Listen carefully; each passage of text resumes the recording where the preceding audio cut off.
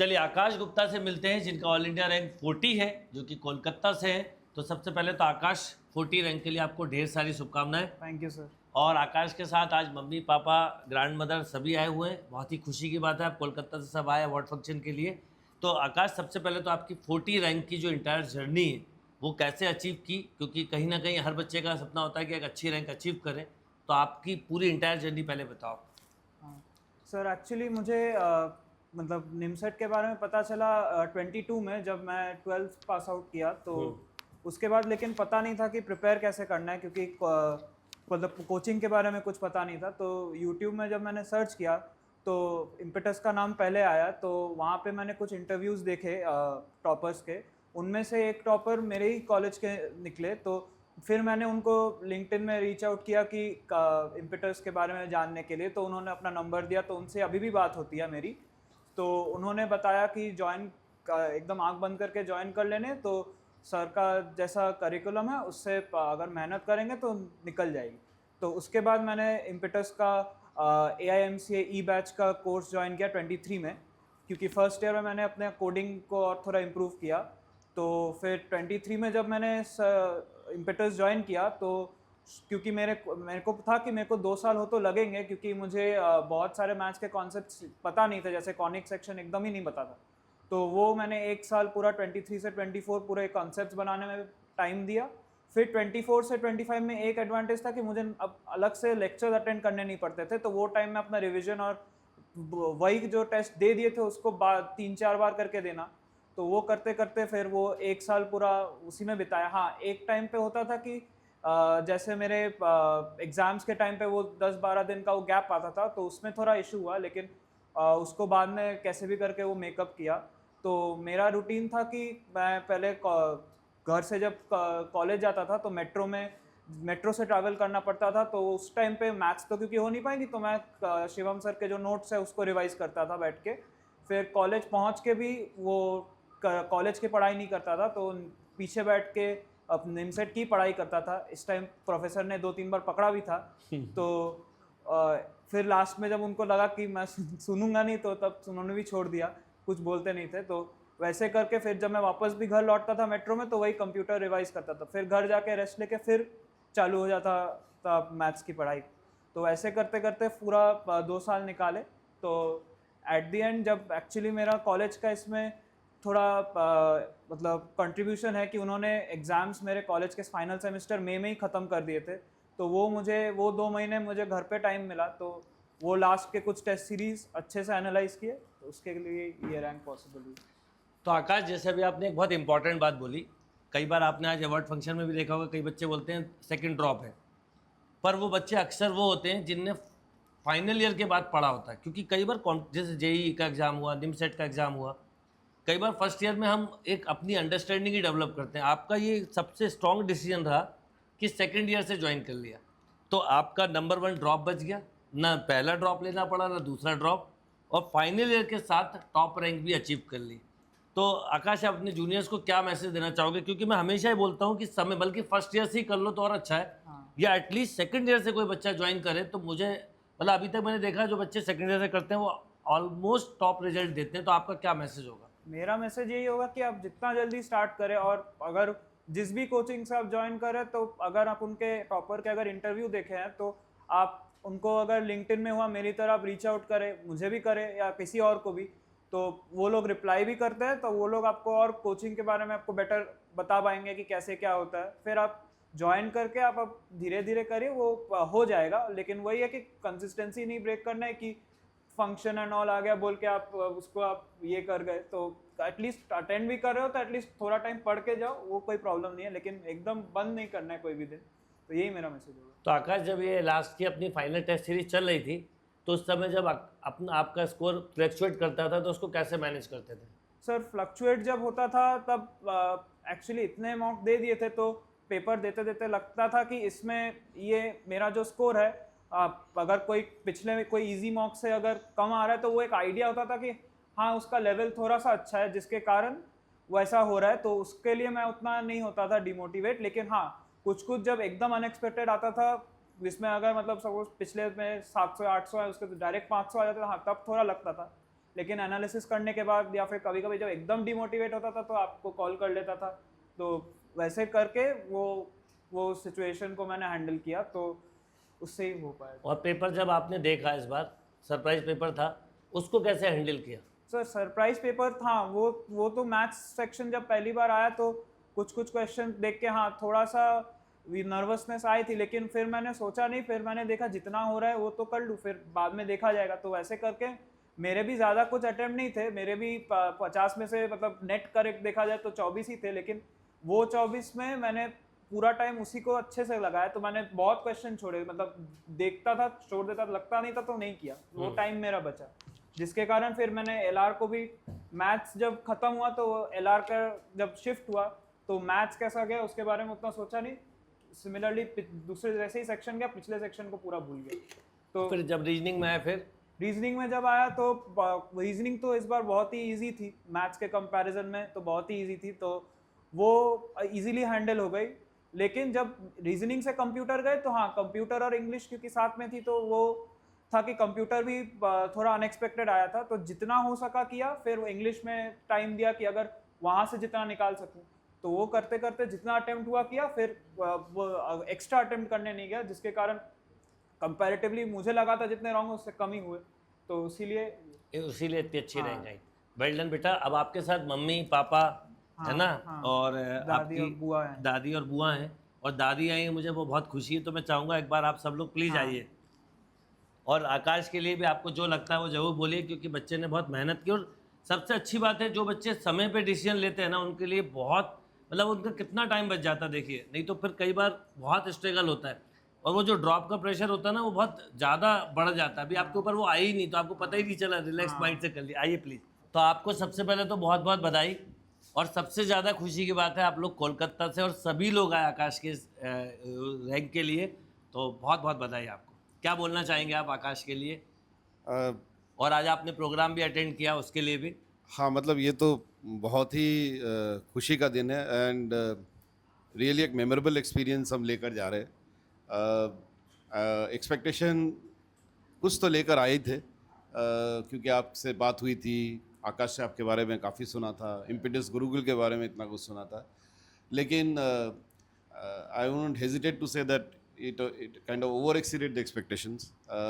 सुबह से लेकर शाम तक बच्चों के इंटरव्यूज़, उनकी जर्नीज़ हमारे लिए भी एक बड़ी मोटिवेशन का काम आगे के लिए करने वाली है, क्योंकि इस एज में इनका जो फोकस है, इनका जो डिसिप्लिन है, वो आई थिंक हम सबके लिए बहुत कुछ मैसेज छोड़ता है। बिल्कुल सही बात है। और learning should never stop at any age, and I think for us also it's lots and lots to learn, which I think personally I am taking it as the achievement, whatever they have done, and now it's also for parents like us to kind of take some lessons from their hard work, their efforts.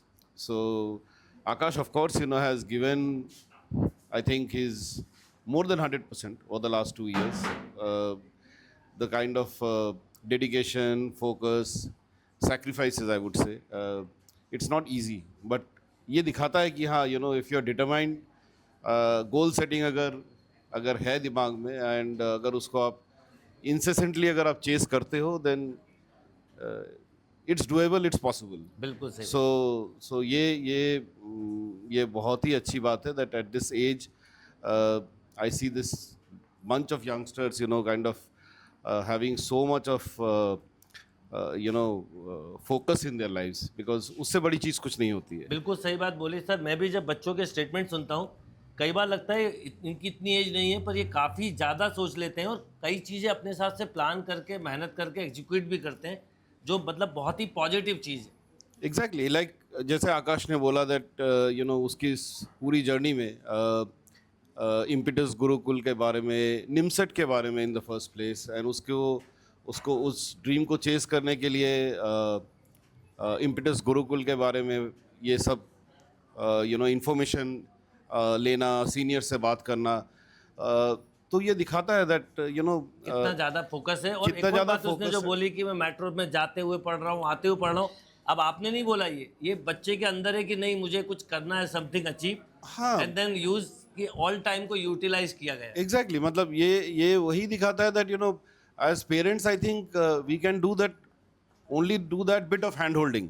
But I think इस तरीके के achievement जो हैं वो candidates के personal जील और enthusiasm, focus, आप कुछ भी कर लीजिए, बोल लीजिए, मतलब उसके बिना नहीं होता है। It's never possible, and specially at this age and stage and with so much of competition around, ये कैंडिडेट्स जो भी ऐसे कॉम्पिटिटिव एग्जाम के लिए बैठते हैं वो उनके अंदर ही होता है। Parents can only do their bit of motivation and Support back support system, इससे ज़्यादा हम क्या ही कर सकते हैं। ठीक बिल्कुल है, सही। तो मेरा तो यही एक्सपीरियंस है इन लास्ट 2 years में उसकी इस जर्नी को। And once again I think जैसा मैंने पहले भी बोला कि ये सारे जो टैलेंट है वो रॉ टैलेंट होती है, और उसको शेप अप करना, उसमें वो निखार लाना, I think that is what a guru does. And in this case I think Akash and the rest of this bunch of candidates who have been appearing for NIMSET all these years, I think they are blessed to have someone like you around, because it is motivation and techniques वगैरह वो सब I'm sure थोड़ी बहुत इधर उधर हो जाती है, but I think once it's like once you are getting treated by a doctor, it is important that you have that confidence in the doctor कि ये मुझे अच्छा कर देगा। तो similarly for a student it is equally important कि अगर उन्हें लगता है कि ये टीचर है तो मेरा हो जाएगा, तो ये I think the entire credit goes to you, that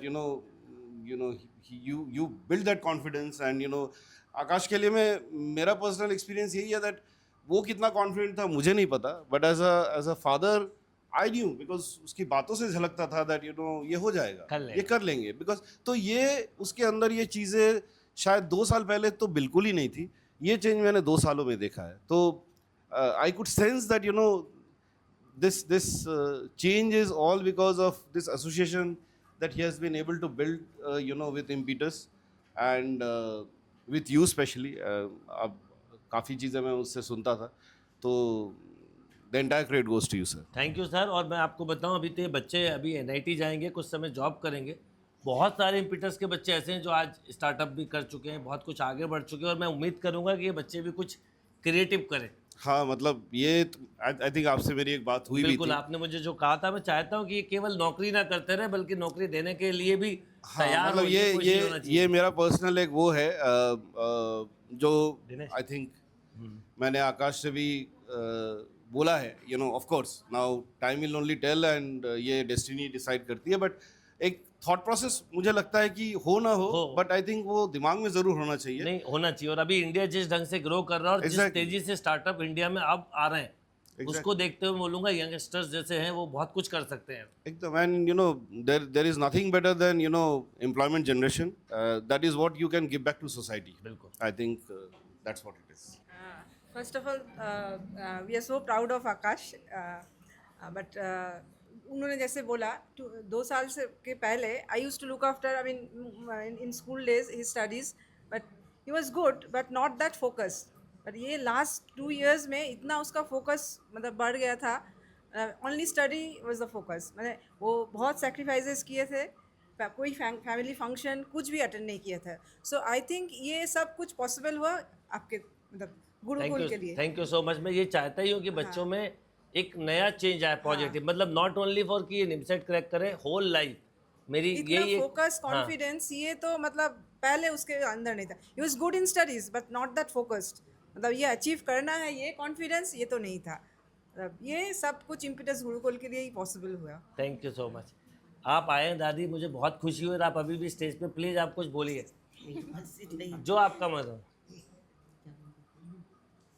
बस मैं तो यही कहूँगी, सबका धन्यवाद, आपका भी धन्यवाद, सबका धन्यवाद। Actually we are missing his grandfather. Okay, वो होते तो बहुत खुश होते।